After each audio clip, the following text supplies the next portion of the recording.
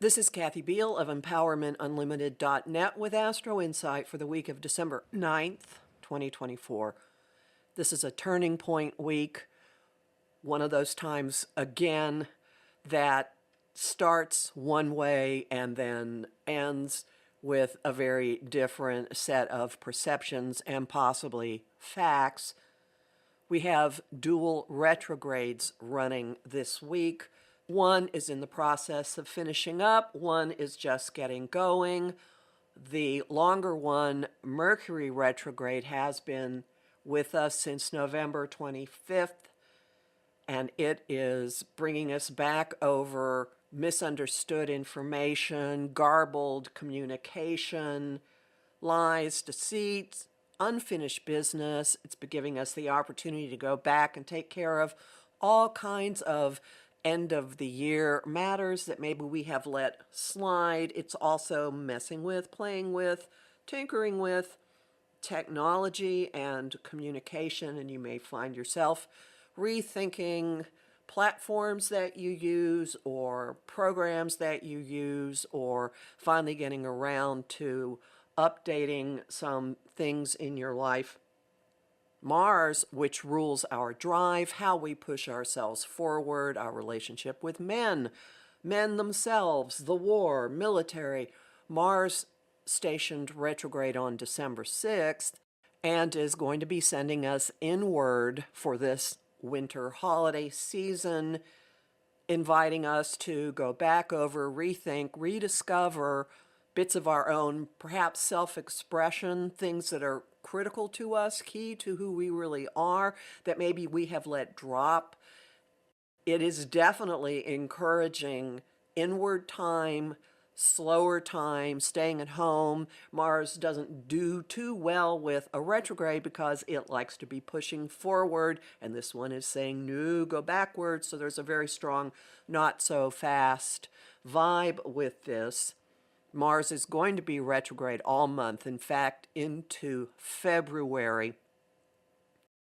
And this week, as he is just kind of hanging out at the degree of his retrograde station, and Mercury is scurrying to finish up his work by the end of the week, they're going to collaborate.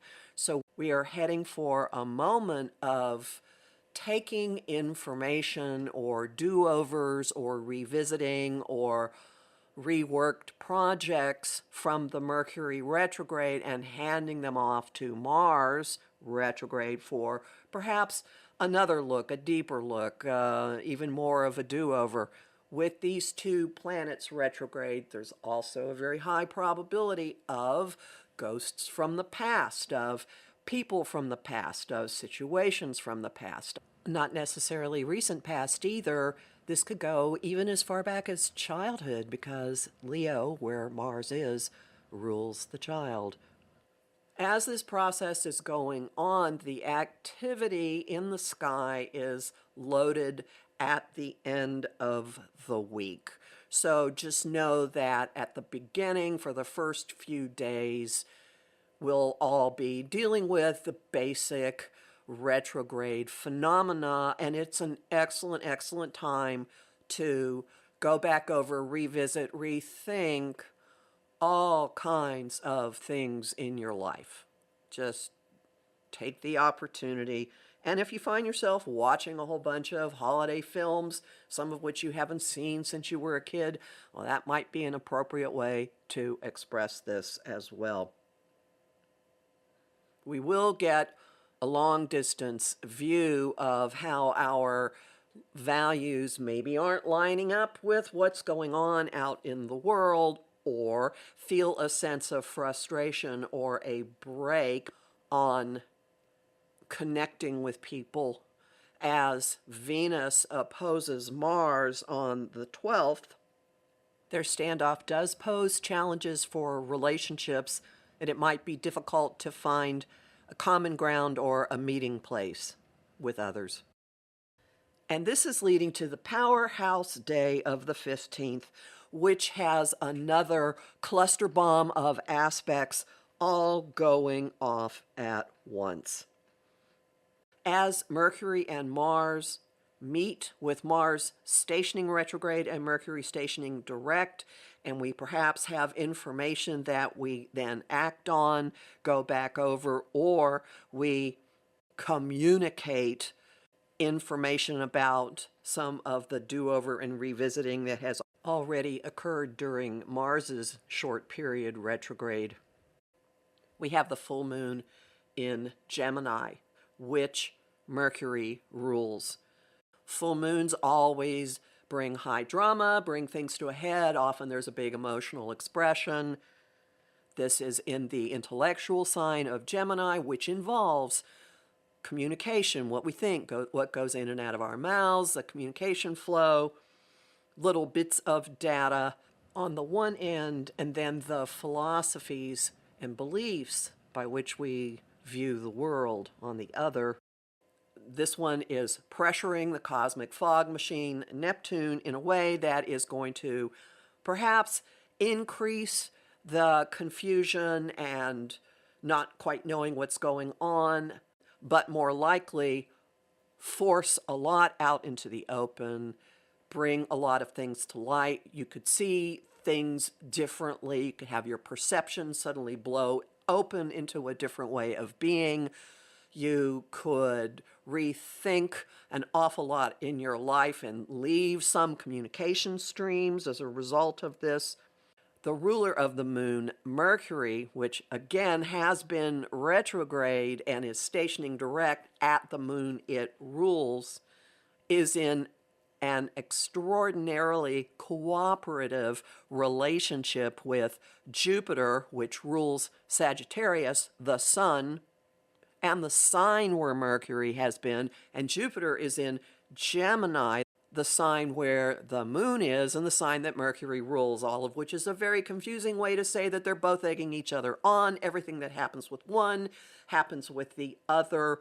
There will be a supersized experience of all the full moon dramas. The noise level will be louder than you think possible, and then it will clear. Uranus, the thrower of lightning bolts, is also active in the sky, and it will be sending epiphanies and shocks and jolts to everybody that will ultimately shake us loose, shake us free from things we have been attached to, beliefs, views of reality, and the upshot of it all is a tremendous amount of truth, possibly understanding, possibly even compassion emerging from this. And then Mars goes on his merry way backwards and continues to investigate and rework and do over, and Mercury scurries ahead. What a fascinating time to be alive. Homing thought of the week. Well, would you look at that? Song of the week, I See the Light by Mandy Moore and Zachary Levi, I don't know how to pronounce his name, I'm sorry. And the image of the week is clouds parting. You'll learn more about this in my forecasts for the Gemini full moon and the month of December, both of which are at my site, empowermentunlimited.net, where you can sign up for my mailing list and book a session with me. I'm Kathy Biehl, a professional astrologer with more than 30 years experience. I have lots of bonus content at patreon.com/Kathy Biehl, which later this month will include an analysis of the December solstice chart. And I'm really grateful to the people who support my work there.